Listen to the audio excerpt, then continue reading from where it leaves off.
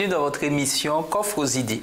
Aujourd'hui, nous poursuivons notre étude autour du livre de Luc en compagnie d'Emeline, Vanessa, Edwina et Yvelise. Bonjour mesdemoiselles, comment allez-vous? Bonjour, Ça va? Ben, je vais bien. L'étude était passionnante. Ah oui. Et l'étude est passionnante. Nous voyons la mission de Jésus. J'aimerais que l'une d'entre vous puisse lire Luc 19, verset 10. Luc 19, verset 10. Donc, Luc 19, verset 10 nous dit ceci. « Car le Fils de l'homme est venu chercher et sauver ce qui était perdu. » Merci Edwina pour cette lecture. Ce texte nous dit « Le Fils de l'homme est venu chercher et sauver ce qui était perdu ». Comment se manifeste de manière concrète, se manifestait concrètement la mission de Jésus, d'après ce texte? D'après ce texte, il est tellement clair. Sa mission, c'était bien de venir chercher et sauver ce qui était perdu. Faisons retour sur sa vie terrestre. Qu'a fait Jésus qui justement a été la manifestation de cette mission? Qu'est-ce qu'il a fait concrètement? Il est mort pour nous sous la croix. Il est mort pour nous sous la croix, mais là nous sommes déjà à la fin de sa vie. Ouais, mais oui, un peu plus avant. Qu'est-ce qu'il a fait? Il est descendu sur terre et il a produit des miracles, donc guéri des lépreux, rendu la vue aux aveugles, etc. Et aussi, il a, comme on dit, sauvé nous, pécheurs, en fait, c'est ça. D'accord. L'une d'entre vous? Oui, comme dit Emeline, il a enseigné au peuple, il a fait des miracles, guéri les malades et tout, ressuscité des morts. Voilà. Ok. Donc on voit Jésus enseignant, Jésus grand médecin, Jésus qui donne sa vie pour le salut de tous. Voilà de quelle manière se manifestait concrètement sa mission. Il avait un ordre de mission qui était de venir chercher et sauver ceux qui étaient perdus. Et dans la pratique, ça se traduisait par des actes de telle manière. Pourquoi Jésus s'intéresse-t-il aux hommes alors que beaucoup d'entre eux ne le désirent pas dans leur vie? Que pensez-vous? Alors, déjà, Jésus s'intéresse à l'homme parce que c'est lui son créateur. Donc, un créateur s'intéresse à sa créature, logiquement. Donc, ce qu'il veut, c'est-à-dire ses créatures, il veut tous les sauver. Mais c'est à nous que revient la décision.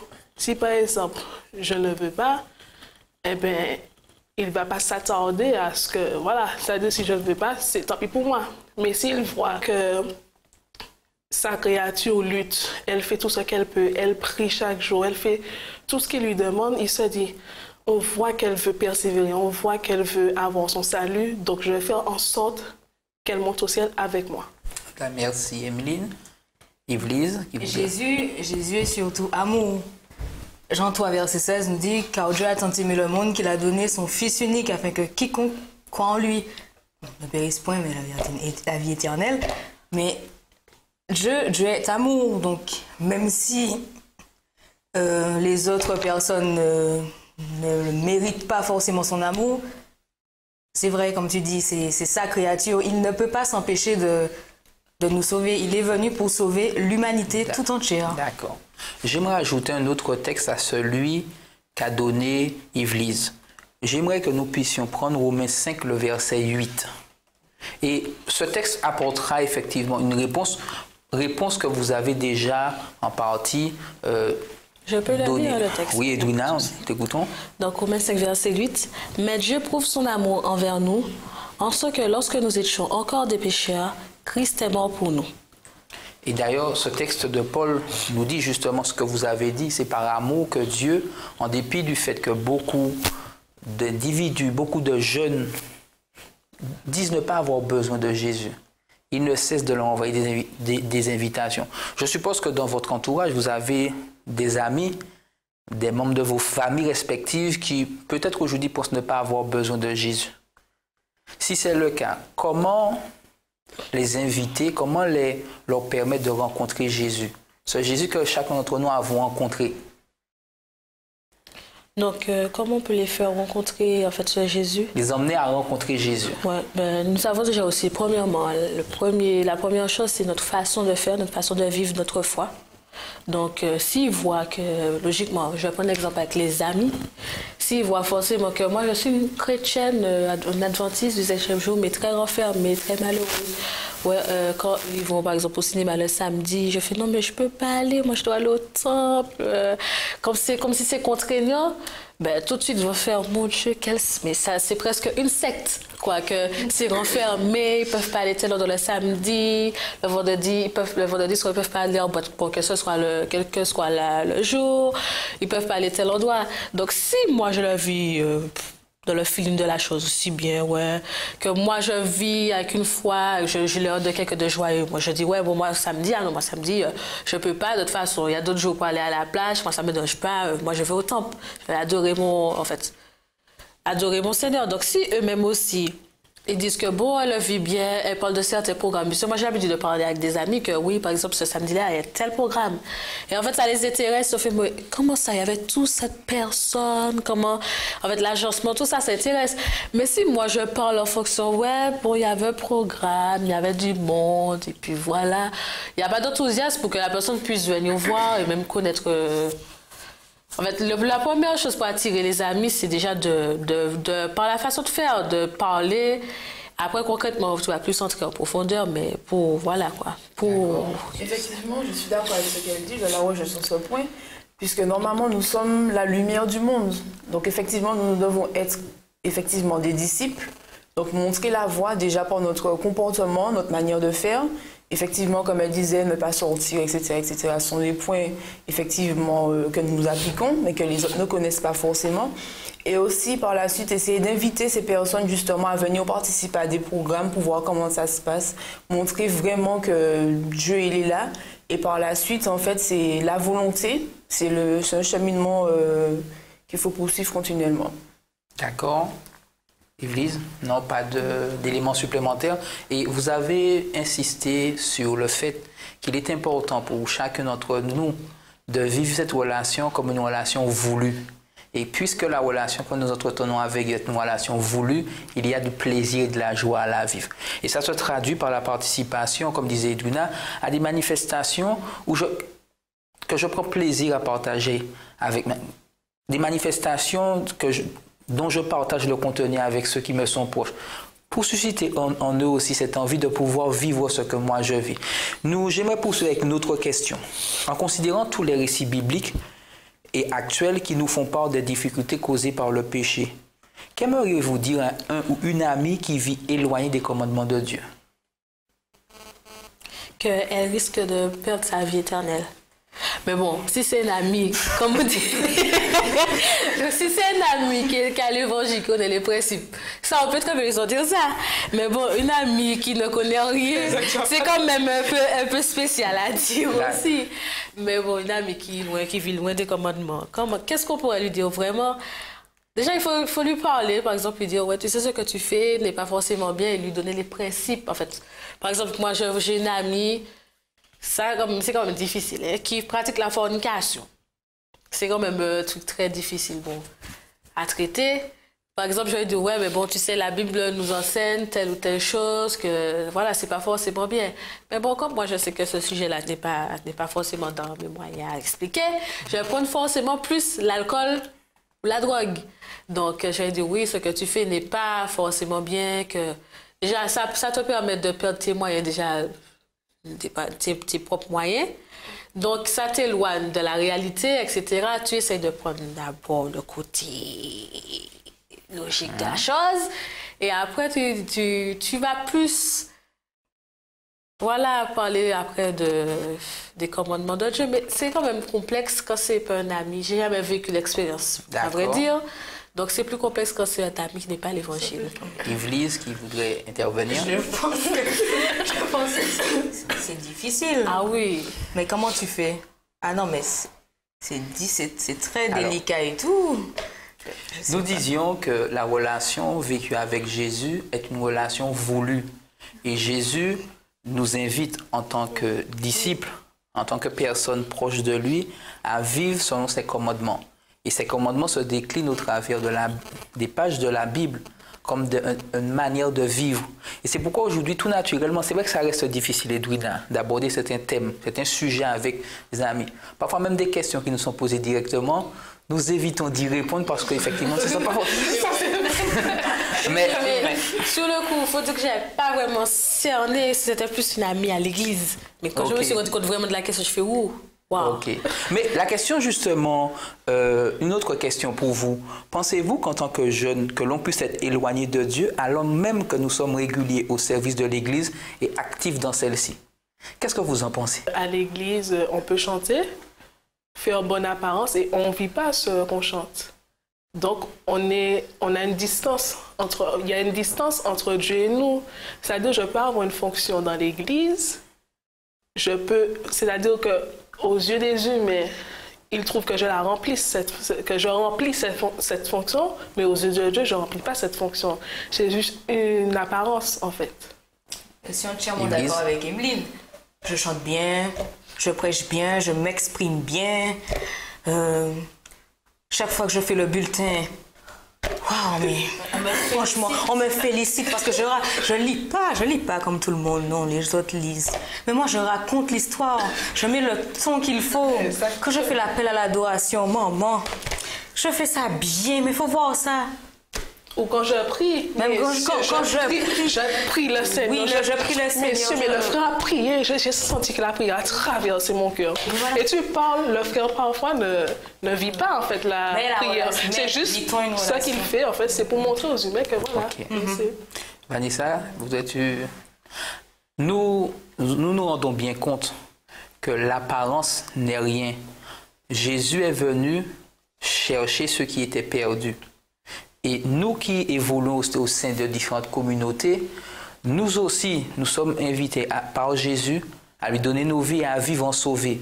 Ça signifie que nous sommes aussi invités à inviter ceux qui nous sont proches à vivre. Et quand vous disiez qu'ils chantent bien, le fait de chanter bien ne veut pas dire que je suis proche de Jésus. Et ça, vous l'avez très bien exprimé par les différents exemples que vous avez pris. J'aimerais vous donner une citation qui est tirée du ministère de la guérison des livres d'Ellen White, section Les missionnaires médicaux et leurs tâches, qui nous dit « Le Seigneur demande à tous ceux qui participent à sa grâce de se mettre à l'œuvre pour sauver leurs semblables. Où qu'il nous ait placés, nous devons répondre à son appel par ces paroles du prophète « Me voici, envoie-moi ». Tous ont une tâche à accomplir, qu'ils soient prédicateurs de l'Évangile, infirmières, missionnaires, médecins, commerçants, cultivateurs, qu'ils exercent une profession libérale ou travaillant de leurs mains. Nous devons tous annoncer la bonne nouvelle du salut.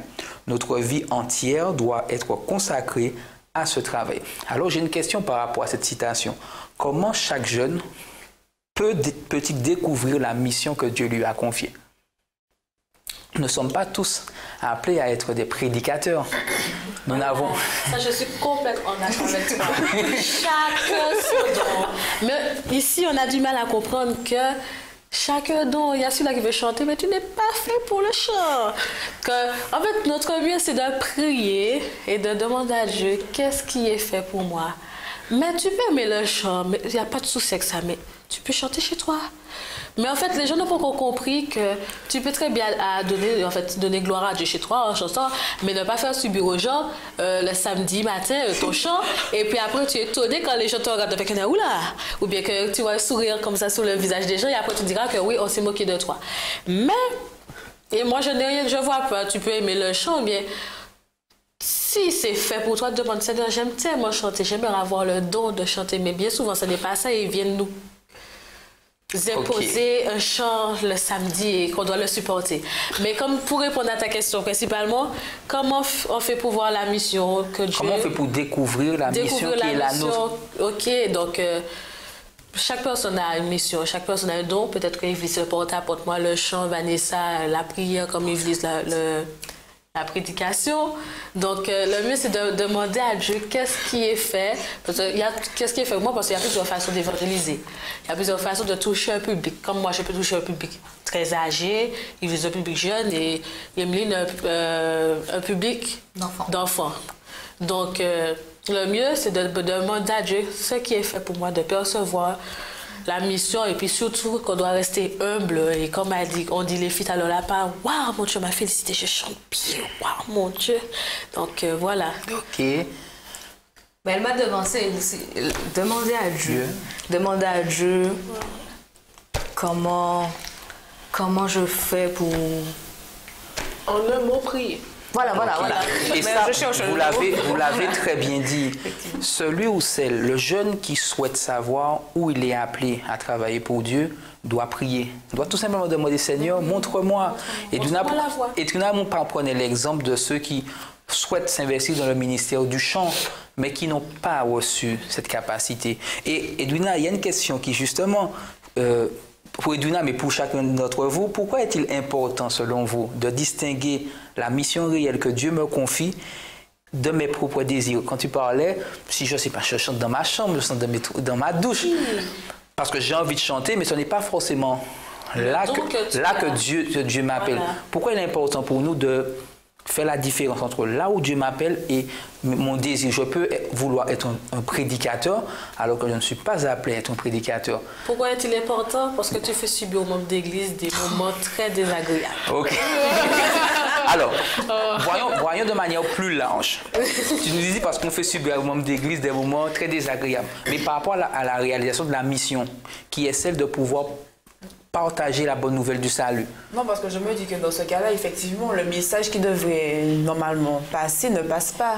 Voilà. Donc en fait, ces gens ont fait quelque chose, mais c'est pour soi qu'on le fait, parce qu'on a envie de le faire, donc on le fait, mais sans vraiment apporter une réponse peut-être aux personnes qui sont là. Il y a des gens qui arrivent, je sais pas, le samedi matin sur le temps, puis ils sont malheureux, ils sont tristes, et parfois le simple fait d'entendre un chant ou une parole, ça, voilà quoi, ils sont un petit peu plus heureux, un petit peu plus détendus.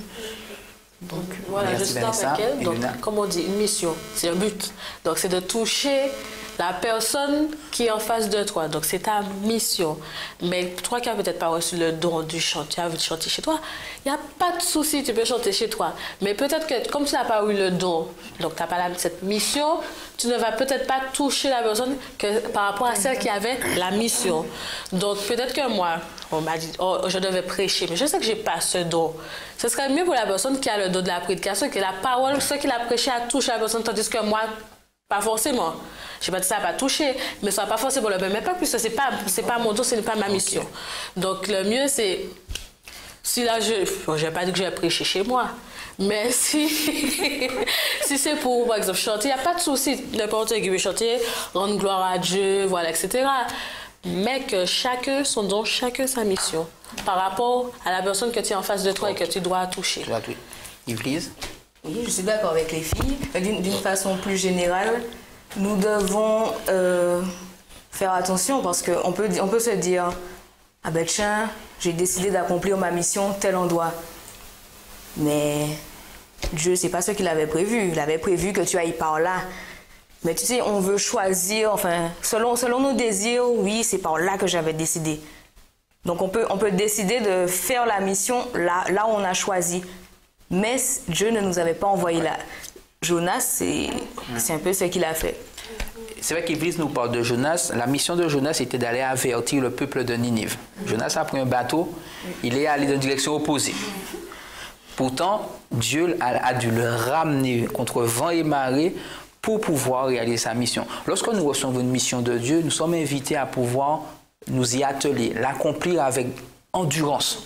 On voit Jésus avec cette mission et au quotidien, on voit Jésus au contact des uns, au contact des autres, guérissant, nourrissant, enseignant. Mais comment trouver aujourd'hui un équilibre? Alors que nous sommes jeunes, nous avons nos activités diverses, scolaires, professionnelles, nos activités de loisirs.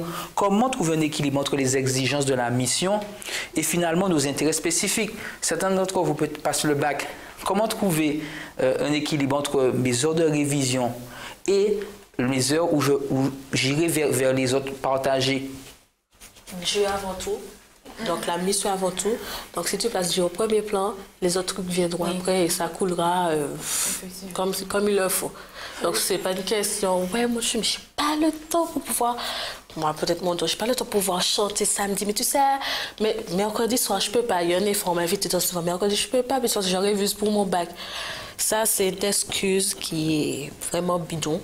Que Dieu avant tout, tu dois passer Dieu en premier plan. Mais dans quelle que soit la chose que tu auras à faire, tu dois le placer au premier plan.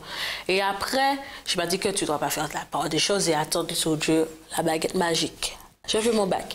Non, que tu le places au premier plan et après viendront en fait, les choses que tu veux, que tu entreprendras. Voilà. Ok. Mais rappelons-nous, et Edwina, par contre, il faut que tu saches et que nous sachions que parfois il n'est pas toujours facile de trouver cet équilibre. Parce que autant nous voulons être actifs dans la mission, autant nous voulons répondre aux exigences, autant parfois nous avons des impératifs. Quand on se prépare pour le bac, on a des impératifs professionnels qui font qu'on néglige la mission. Mais Paul nous rappelle une chose, parce qu'il n'y a pas simplement cette notion de temps, il y a la notion de découragement. J'aimerais que nous puissions lire ce dernier texte, 1 Corinthiens 15, verset 58. 1 Corinthiens 15, verset 58. Je vais le lire. Vas-y, Emeline. Verset 58. Ainsi, mes frères bien-aimés, soyez fermes, inébranlables, travaillant de mieux en mieux à l'œuvre du Seigneur, sachant que votre travail ne sera pas vain dans le Seigneur. Quelle est l'invitation de Paul ici? Alors, quand il dit soyez fermes, on a besoin de ça parce que la mission ne sera pas toujours positive. Nous aurons, comme on dit, des épines tout au long du chemin. Mais je ne vais pas dire qu'il ne faut pas se décourager, parce que nous sommes des êtres humains. Donc, effectivement, le découragement vient. Mais c'est toujours la notion de prière, en fait. Tout au long de notre mission, il faut prier pour rester ferme, inébranlable, etc. D'accord. Le travail ne sera pas vain, parce qu'à la fin, vu que nous avons persévéré, nous avons tenu jusqu'au bout. Exact. Donc à la fin, nous aurons la couronne de gloire. Enfin. Oui, enfin. Enfin. Mais avant même cette couronne de gloire, nous aurons la joie de voir ceux qui nous sont proches, Oui. ceux que nous aimons, apprécions, accepter d'avoir une relation avec Jésus. Et je crois que ça, c'est ce qui est merveilleux dans le fait d'accepter de partager l'Évangile. Maintenant, et comme nous soulignait Paul et Emeline dans son explication, qu'il faut rester ferme. Des découragements, il y en aura. Hein. Oui, ça c'est Les découragements ne viendront pas simplement de ceux qui ne connaissent pas Jésus, mais parfois parfois des autres jeunes dans nos communautés respectives qui ne comprendront pas notre démarche, notre volonté de toujours donner du temps pour Dieu, à notre travail missionnaire, et qui parfois porteront des attaques aussi contre nous. Et Paul nous invite à pouvoir demeurer ferme. Et Emeline disait très justement que la prière est l'élément essentiel qui doit nous permettre de pouvoir tenir. Et de garder en tête que j'ai un objectif, j'ai un but. D'ailleurs, c'est ce qui maintenait Jésus. Jésus savait qu'il avait un objectif. Jésus était critiqué. Il était épié. Il était... quoi encore? Il était insulté parce qu'on le traitait du diable lui-même. Force de caractère. Il était tout le temps en relation avec Dieu, avec son Père. Eh bien, justement, quand tu parles de force de caractère, n'est-il pas important pour un jeune qui a choisi de marcher avec Dieu de cultiver cette force de caractère, de permettre de s'enraciner? Oui, parce que le Seigneur dit que nous ne devons pas avoir un esprit de timidité. D'accord. Donc, nous ne devons pas avoir peur. Déjà, comme nous dit en fait, dans la Bible, si tout le monde est contre moi, en fait, si Dieu est avec moi, qui sera contre moi? Donc, c'est vraiment un verset qui est vraiment fort. Donc, nous devons faire confiance à Dieu, donc être ferme malgré tout ce qu'il y aura. Parce que, bien entendu, nous serons attaqués par rapport à notre mission, ça c'est sûr. Mais que nous devons rester en relation, continuer avec Dieu et on va continuer notre chemin sans souci. Merci. Je rebondis sur ce que tu as dit. C'est difficile pour un jeune, quand il voit une épreuve comme ça, ou quand il a une situation difficile, c'est difficile au début, la relation avec Dieu. Parce qu'il est persuadé, il est dans la mission, tout ça, il est persuadé que tout va bien se passer. Il sait qu'il y aura des embûches, il y aura des gens contre lui et tout. Mais quand la première calotte, on va dire, arrive, Oui, mais il faut savoir que Dieu ne donne Jamais des épreuves trop grandes. Parce que regarde Job. Quand on prend Job, Surtout Job. Job, regarde comment tous ses enfants sont morts.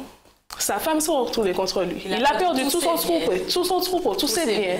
Et il a eu un ulcère. Il est resté confiant sur le droit. Alors, on pouvait dire, mais c'est injuste. Et pourtant, Dieu lui a donné une épreuve comme ça parce qu'il connaît. Merci beaucoup. Je suis d'accord. Je sais pas il si faut vous pas avez compris ce oublier. que je voulais dire. Je sais pas si Mais vous avez j'aimerais qu'elle aille. Permettons-lui d'aller jusqu'au bout de sa, Effectivement. de sa réflexion. Voilà, je voulais dire que pour un jeune, c'est pas souvent évident. Voilà. Les adultes, Job était adulte comme Job, c'est pas les adultes, je dis pas qu'ils ont plus de foi que nous, mais ils ont plus d'expérience. S'il arrive quelque chose à un adulte, lui tout de suite il a déjà peut-être un vécu, lui il saura oui, de toute façon c'est l'adulte que pour un jeune ce sera difficile, mais que Dieu je ne donne jamais des épreuves qu'on ne saura surmonter. Que moi je me dis que si un jeune sent l'idée que oui, que non, j'ai une épreuve, elle était dure, c'est qu'il avait déjà l'intention, c'est pas ce que j'ai dit. Alors, voilà. Ce que disait, j'ai pas dit que tu as dit ça, mais je suis d'accord avec ce qu'elle a dit par rapport que ça peut être difficile pour un jeune. Donc, si j'ai bien compris, pour l'adulte, ce serait plus facile d'accéder au royaume de Dieu. Il y a un mot que j'ai perçu dans ce que Yves disait, c'est cette notion, il y a un vécu. Lorsque j'ai un vécu, c'est des expériences passées. Et justement, quand elle prend l'exemple des adultes, c'est pour montrer que par rapport à l'expérience des adultes dans leur relation avec Dieu, ils devraient être des personnes beaucoup plus stables parce qu'ils ont des raisons. Voilà. Mais aussi, ils ont une expérience.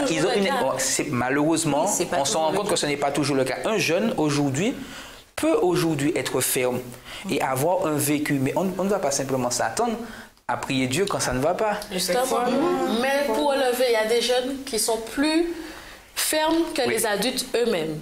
C'est que moi, ce piédestal, que ce soit adulte ou jeune, pour moi, chacun a ses épreuves à lui. Il n'y a pas de vécu par-ci, vécu par-là. Parce que nous sommes tous aux yeux de Dieu, nous sommes tous enfants de Dieu. Chacun ses épreuves. Peut-être que celui-là aura plus d'épreuves que moi. Comme moi, j'aurais moins. Mais que chacun son quota, comme on dit, son quota d'expérience à lui.